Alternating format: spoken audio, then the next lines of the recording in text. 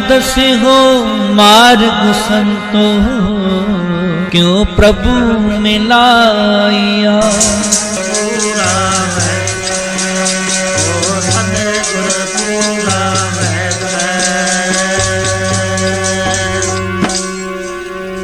ਐਵੇਂ ਨਹੀਂ ਗੁਰੂ ਹੋਇਆ ਕਰਦਾ। ਇਹ ਗੁਣ ਹੋਣ ਹੈ, ਸਤਿਗੁਰ ਗੁਣੀ ਨਿਦਾਨ ਹੈ, ਸਾਰੇ ਗੁਣਾਂ ਦਾ ਖਜ਼ਾਨਾ। ਗੁਣ ਕਰ ਬਖਸ਼ੇ ਔਗੁਣ ਹਾਰੇ, ਗੁਣ ਦੇ ਦਿੰਦਾ, ਨੇਕੀ ਦੇ ਦਿੰਦਾ। ਉਹ ਦਿੰਦਾ ਸਾਡੇ ਅੰਦਰ ਨੇਕੀ, ਸਾਡੇ 'ਚ ਨਹੀਂ। ਜੇ ਅਸੀਂ ਕਹੀਏ ਸਾਡੇ 'ਚ ਨੇਕੀ ਆ, ਇਹ ਹਉਮੈ ਬਣ ਜਾਂਦੀ। ਸਤਿਗੁਰ ਪੂਰਾ ਵੈਦ ਹੈ, ਅਧੂਰਾ ਵੈਦ ਨਹੀਂ ਹੈ। ਸਾਰਿਆਂ ਤੋਂ ਵੱਡਾ ਦੁੱਖ ਹਉਮੈ ਦਾ। ਉਹਦੀ ਦਵਾਈ ਸੰਸਾਰ 'ਚ ਕਿਸੇ ਕੋਲ ਨਹੀਂ ਹੈ। ਉਹਦੀ ਦਵਾਈ ਹੈ ਅੰਮ੍ਰਿਤ। ਅੰਮ੍ਰਿਤ ਮਿਲ ਜਾਵੇ ਤਾਂ ਹਉਮੈ ਦਾ ਨਾਸ਼ ਹੋ ਜਾਂਦਾ। ਜੇ ਅੰਮ੍ਰਿਤ ਨਹੀਂ ਮਿਲਿਆ, ਨਹੀਂ ਨਾਸ਼ ਹੁੰਦਾ। ਪਹਿਲਾਂ ਮੈਂ ਬੇਨਤੀ ਕਰੀ ਸੀ ਕਿ ਉਹ ਅੰਮ੍ਰਿਤ ਗੁਰੂ ਦੇ ਕੋਲ ਹੋਇਆ ਕਰਦਾ। ਹਰ ਹਰ ਨਾਮ ਅੰਮ੍ਰਿਤ ਹੈ ਮੇਰੀ ਜ਼ਿੰਦੜੀਏ, ਹਰ ਅੰਮ੍ਰਿਤ ਗੁਰਮਤਿ ਪਾਏ ਰਾਂ। ਗੁਰੂ ਦੀ ਮਤ ਧਾਰਨ ਕਰੋ, ਗੁਰੂ ਗ੍ਰੰਥ ਸਾਹਿਬ ਦੀ, ਫਿਰ ਇਹ ਅੰਮ੍ਰਿਤ ਅੰਦਰੋਂ ਚਸ਼ਮਾ ਜਿਵੇਂ ਚੱਲਦਾ ਹੈ ਪ੍ਰਗਟ ਹੋ ਜਾਏਗਾ। ਜਦੋਂ ਅੰਮ੍ਰਿਤ ਦੀ ਫੁਹਾਰ ਚੱਲ ਪਈ, ਕਹਿੰਦੇ ਨੇ ਰਾਵਣ ਦੇ ਅੰਦਰ ਅੰਮ੍ਰਿਤ ਸੀ, ਪਤਾ ਨਹੀਂ ਕਿਸ ਕਿਸਮ ਦਾ ਸੀ, ਕਿਉਂਕਿ ਬੜੀ ਦੇਰ ਦੀਆਂ ਬਾਤਾਂ ਹੋ ਗਈਆਂ। ਅਸੀਂ ਤਾਂ ਉਸ ਦਾ ਇੱਕ ਪੱਖ ਦੇਖਿਆ ਹੈ।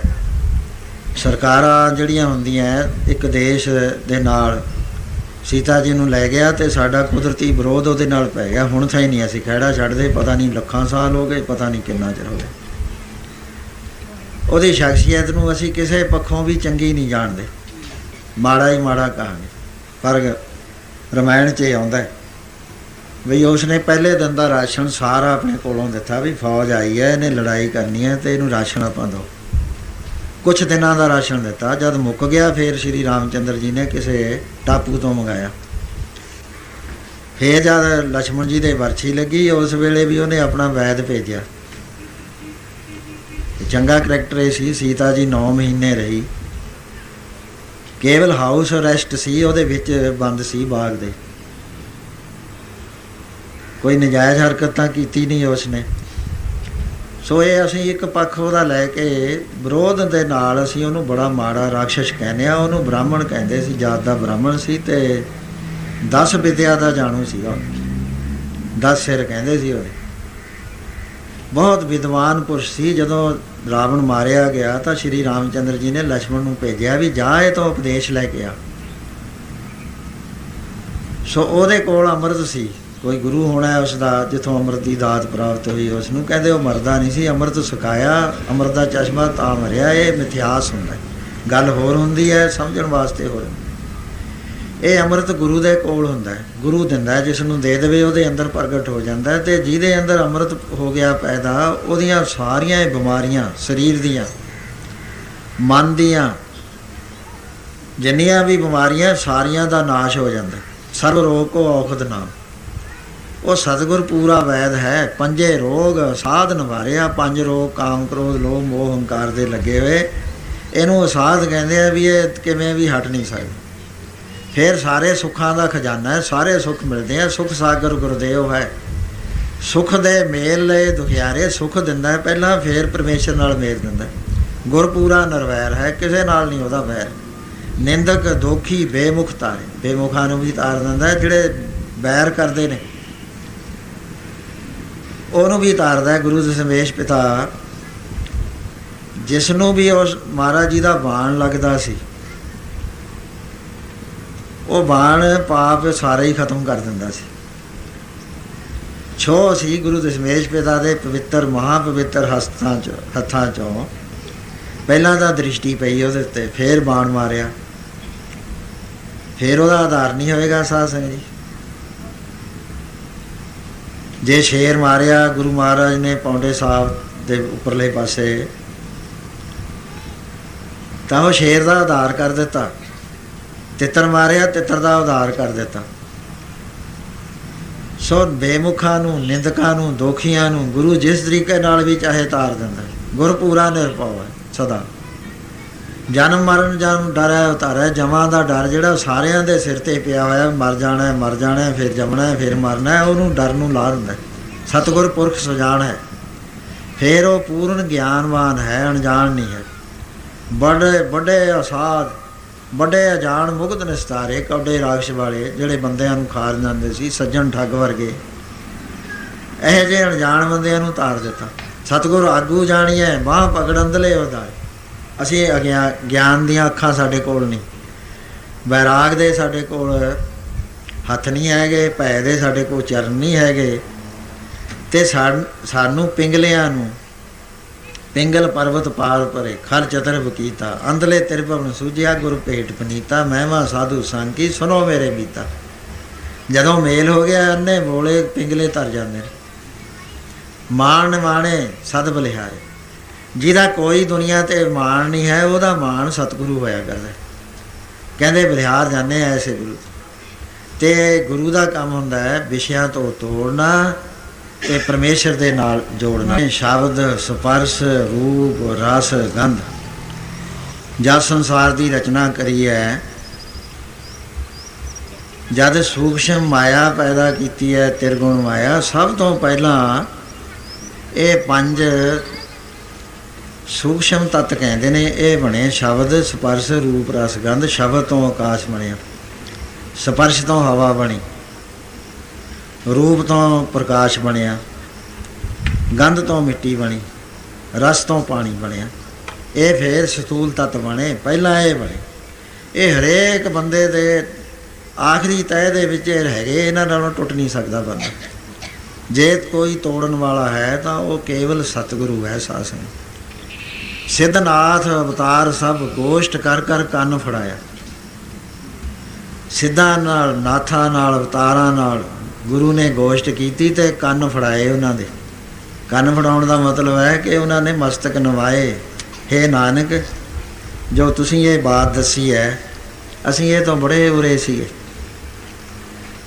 ਧੰਨਵਾਦ ਹੈ, ਬਲਿਹਾਰ ਜਾਂਦੇ ਆਪ ਦੇ ਕਿ ਸਾਨੂੰ ਵੀ ਤੁਸੀਂ ਹੋਰ ਚਾਨਣਾ ਪਾਤਾ। ਕਿਹੜੀ ਗੱਲ ਦੱਸੀ ਹੈ ਸਾਧ ਸੰਗਤ ਜੀ? ਐਵੇਂ ਹੀ ਆਪਾਂ ਕਰ ਲਈਏ ਗੱਲ ਦਾ ਵੀ ਪਤਾ ਹੋਣਾ ਚਾਹੀਦਾ। ਕੱਲ੍ਹ ਨੂੰ ਤੁਸੀਂ ਕਿਸੇ ਨਾਲ ਗੱਲ ਕਰੋ। ਜਿੰਨੇ ਸਾਰੇ ਪਹਿਲੇ ਸੀਗੇ, ਇਹ ਸਵੈ ਸਰੂਪ 'ਚ ਖੜ ਜਾਂਦੇ ਸੀ ਜਾ ਕੇ, ਜਿਹਨੂੰ 5 ਸਮਾਧੀਆਂ ਹੋਇਆ ਕਰਦੀਆਂ। 2 ਤਾਂ ਸੰਪਰਗਿਆਤ, 2 ਅਸੰਪਰਗਿਆਤ, ਅਤੇ ਤੀਸਰੀ ਹੋਇਆ ਕਰਦੀ ਹੈ ਜਿਹਨੂੰ ਰਾਜਮੇਧ ਸਮਾਧੀ ਕਹਿੰਦੇ। ਦੂਜੇ ਪਾਸੇ ਸਾਵਿਕਲਪ, ਨਿਰਵਿਕਲਪ ਸਮਾਧੀ 'ਚ ਜਾ ਕੇ ਆਪਣੇ ਸਰੂਪ 'ਚ ਲੀਨ ਹੋ ਜਾਂਦਾ, ਉਦੋਂ ਗਾਹਾਂ ਨਹੀਂ ਪਹੁੰਚਦਾ। ਯਾਨੀ ਇੱਕ ਤਰ੍ਹਾਂ ਦੇ ਨਾਲ ਆਪਣੀ ਹਰਕਤ ਖਤਮ ਕਰ ਲੈਂਦਾ। ਉਸੇ ਨੂੰ ਮੁਕਤੀ ਕਹਿੰਦੇ ਨੇ, ਉਸੇ ਨੂੰ ਨਿਰਵਾਣ ਪਦ ਕਹਿੰਦੇ ਨੇ। ਫਰੀ ਤਾਂ ਹੋ ਜਾਂਦਾ, ਜੇ ਇੱਕ ਮੰਜ਼ਿਲ ਗਾਹਾਂ ਰਹਿ ਜਾਂਦੀ ਹੈ, ਉਹ ਵਾਹਿਗੁਰੂ ਦੀ ਮੰਜ਼ਿਲ ਹੈ। ਉਹ ਜੀਵ ਤੱਤ ਦੇ ਵਿੱਚ ਆ ਕੇ, ਜੀਵ ਤੱਤ ਤਾਂ ਉਸ ਨੂੰ ਪ੍ਰਾਪਤ ਹੋ ਗਿਆ, ਆਪਣੇ ਮੂਲ ਦੇ ਵਿੱਚ ਚਲਿਆ ਗਿਆ। ਮਨ ਤੂੰ ਜੋਤ ਸਰੂਪ ਹੈ, ਆਪਣਾ ਮੂਲ ਪਛਾਣ, ਵੱਡੀ ਪ੍ਰਾਪਤੀ ਹੈ। ਆਤਮ ਤੱਤ ਦੇ ਵਿੱਚ ਲੀਨ ਹੋ ਗਿਆ। ਮਹਾਰਾਜ ਕਹਿੰਦੇ ਹੋਰ ਗਾਹਾਂ ਤੁਰ, ਆਤਮਾ ਪ੍ਰਾਤਮਾ ਏਕੋ ਕਰੈ, ਅੰਤਰ ਕੀ ਦੁਬਿਧਾ ਅੰਤਰ ਮਰੈ। ਇੱਕ ਕਦਮ ਹੋਰ ਲਓ ਪਿਆਰਿਓ, ਇੱਕ ਕਦਮ ਪਿੱਛੇ ਰਹਿ ਗਏ ਤੁਸੀਂ। ਇਸ ਤੋਂ ਅੱਗੇ ਪਰਮੇਸ਼ਰ ਹੈ ਸਰਵ ਕਲਾ ਸਮਰੱਥ। ਉਹਦੇ ਕੋਲ ਹੈ ਨਦਰ ਦਾ ਕ੍ਰਿਸ਼ਮਾ। ਉਹਦੀ ਨਜ਼ਰ ਮੰਗੋ। ਹੁਣ ਇਸ ਸਮਾਧੀ 'ਚ ਬੈਠ ਕੇ ਇੱਥੇ ਰੁਕੋ ਨਾ, ਸਹਿ ਸਮਾਧ ਦੇ ਵਿੱਚ ਚੱਲੋ, ਅਨਹਤ ਸੁਣ ਵਿੱਚ ਚੱਲੋ। ਅਨਹਤ ਸੁਣ ਰਤੇ ਸੇ ਕੈਸੇ, ਜਿਸ ਦੇ ਉਰੇ ਤਿਸੀ ਜੈਸੇ। ਸਾਰਿਆਂ ਨੇ ਨਮਸਕਾਰ ਕਰੀ, ਹੈ ਨਾਨਕ ਆਹ ਗੱਲ ਸਾਤੋਂ ਖੁੰਝੀ ਸੀ। ਅਸੀਂ ਤਾਂ ਨਿਰਵਿਕਲਪ ਸਮਾਧੀ 'ਚ ਆ ਕੇ ਰੁਕ ਗਏ, ਅਸੰਪਰਗਿਆਤ ਸਮਾਧੀ 'ਚ ਆ ਕੇ ਰੁਕ ਗਏ, ਅਤੇ ਤੈਂ ਸਹਿਜ ਦੀ ਗੱਲ ਸਾਨੂੰ ਦੱਸੀ ਹੈ। ਅਤੇ ਨਾਲ ਇਹ ਦੱਸਿਆ ਵੀ ਉਹਦੇ ਵਿੱਚ ਖੁਸ਼ਕੀ ਨਹੀਂ ਹੈ, ਰਸ ਹੈ, ਬੇਅੰਤ ਆਨੰਦ ਹੈ ਜਿਹੜਾ ਦੱਸਿਆ ਨਹੀਂ ਜਾ ਸਕਦਾ। ਐਸਾ ਮਹਾਰਾਜ ਫਰਮਾਨ ਕਰਦੇ ਨੇ।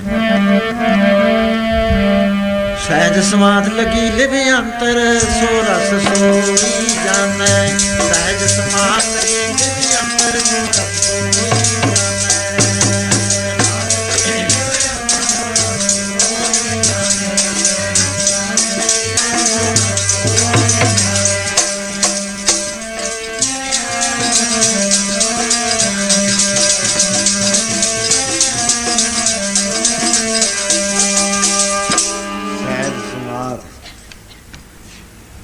ਮਹਾਰਾਜ ਤੋਂ ਪਹਿਲਾਂ ਰੁਕ ਜਾਂਦੇ ਸੀ ਸਾਰੇ, ਆਪਣੇ ਆਤਮ ਸਰੂਪ ਸਵੈ ਸਰੂਪ 'ਚ ਜਾ ਕੇ ਰੁਕ ਜਾਂਦੇ। ਮਹਾਰਾਜ ਕਹਿੰਦੇ ਇਸ ਤੋਂ ਅੱਗੇ ਇੱਕ ਮੰਜ਼ਿਲ ਹੋਰ ਹੈ ਭਾਈ, ਉੱਥੇ ਮਿਹਰ ਦਾ, ਨਦਰ ਦਾ ਕ੍ਰਿਸ਼ਮਾ ਵਰਤਣਾ, ਫਿਰ ਪਰਮੇਸ਼ਰ ਦੇ ਵਿੱਚ ਦਾਖਲ ਹੋਣਾ।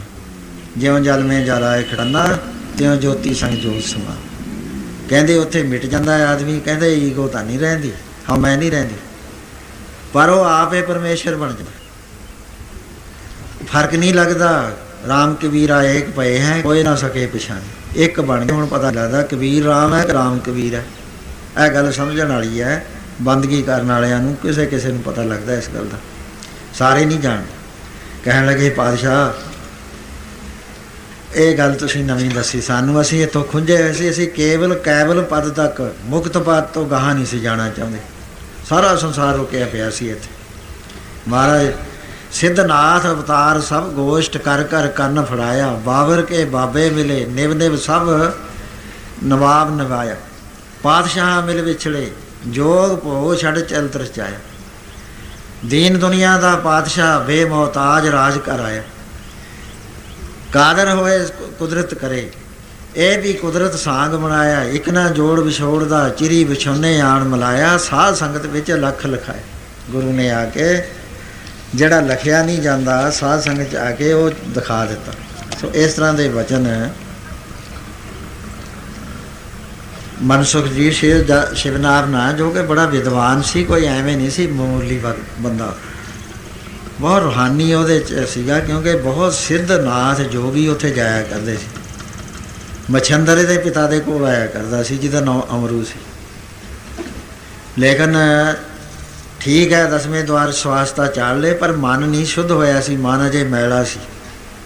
ਅਤੇ ਜਦੋਂ ਅਮਰੂ ਰਾਜਾ ਚੜ੍ਹਾਈ ਕਰ ਗਿਆ, ਉਸ ਵੇਲੇ ਇਸ ਨੇ ਉਹਦੀਆਂ ਪਦਮਣੀਆਂ ਰਾਣੀਆਂ ਨੂੰ ਦੇਖ ਕੇ ਮਨ ਇਹਦਾ ਡੋਲ ਗਿਆ। ਇਹਨੇ ਆਪਣਾ ਸਰੀਰ ਤਾਂ ਇੱਕ ਕੰਦਰਾ ਦੇ ਵਿੱਚ ਲੁਕਾ ਤਾ ਅਤੇ ਉਹਦੇ ਵਿੱਚ ਜਾ ਕੇ ਵੜ ਗਿਆ, ਉਹ ਸਰੀਰ ਜਿਉਂਦਾ ਕਰ ਲਿਆ। ਕਿੰਨੇ ਸਾਲ ਲੰਘ ਗਏ। ਗੋਰਖਨਾਥ ਬਾਲਗੰਦਾਈ ਨਾਲ ਕੋਈ ਚਰਚਾ ਕਰ ਰਿਹਾ, ਜ਼ਿਆਦਾ ਗਰਮਾ ਗਰਮੀ ਹੋ ਗਈ ਅਤੇ ਉਸ ਨੇ ਮਹਾਂਪੁਰਸ਼ਾਂ ਵਾਲਾ ਮਿਹਣਾ ਮਾਰਤਾ। ਕਹਿਣ ਲੱਗੇ ਗੋਰਖ ਇਹ ਤਾਂ ਠੀਕ ਹੈ, ਪਰ ਤੈਨੂੰ ਸੁੱਧ ਹੈ, ਤੇਰਾ ਗੁਰੂ ਕਿੱਥੇ ਹੈ? ਮੰਨੇ ਤਰੇ ਤਾਰੈ ਗੁਰ ਸਿੱਖ। ਕਈ ਵਾਰੀ ਗੁਰੂ ਨੂੰ ਸਿੱਖ ਤਾਰ ਦਿੰਦਾ।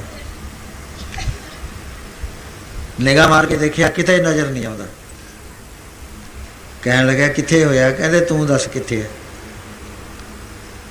ਅਖੀਰ ਕਿਹਾ, ਦੱਸਿਆ ਬਾਲਗੰਦਾਈ ਨੇ ਵੀ ਅਮਰੂ ਰਾਜੇ ਦੀ ਦੇਹ ਵਿੱਚ ਵੜਿਆ ਬੈਠਾ, ਰਾਣੀਆਂ ਭੋਗਦਾ। ਉਸ ਵੇਲੇ ਲੰਕਾ 'ਚ ਗਿਆ, ਜਾ ਕੇ ਇਸ ਨੇ ਸੰਗਲਾਦੀਪ 'ਚੋਂ ਆਪਣੇ ਗੁਰੂ ਨੂੰ ਜਗਾਇਆ। ਸੌਂ ਗਿਆ ਸੀ ਸਰੀਰ 'ਚ, ਜਾਗ ਮਛੰਦਰ ਜਾਗ ਗੋਰਖ ਆਇਆ। ਸੋ ਇਹ ਜਿਹੇ ਵੀ ਉੱਥੇ ਜਾਂਦੇ ਸੀ, ਹੋਰ ਬੇਅੰਤ ਸਾਧੂ ਮਹਾਂਪੁਰਸ਼ ਜਾਂਦੇ ਸੀ। ਚਰਚਾ ਸੁਣਦਾ ਸੀ, ਵਿਦਵਾਨ ਪੁਰਸ਼ ਸੀ। ਵਿਦਵਾਨ ਨੂੰ ਸਮਝਾਉਣ ਵਾਸਤੇ ਬੜੀ ਵਿਦਵਤਾ ਦੀ ਲੋੜ ਹੁੰਦੀ ਹੈ। ਆਮ ਆਦਮੀ ਨੂੰ ਸਮਝਾਉਣਾ ਮਾਮੂਲੀ ਗੱਲ ਹੈ। ਭਈ ਪ੍ਰਾਪਤ ਮਾਨੁਖ ਦੇਵਰੀਆ ਗੋਦ ਮਿਲਣ ਕੀ ਇਹ ਤੇਰੀ ਵਰੀਆ, ਅਵਰ ਕਾਜ ਤੇ ਕਿਤੇ ਨਾ ਕਾਮ ਮਿਲ ਸਾਧ ਸੰਗਤ ਭਜ ਕੇ। ਸਭ ਸਮਝ ਜਾਣਗੇ, ਕੋਈ ਔਖਾ ਨਹੀਂ।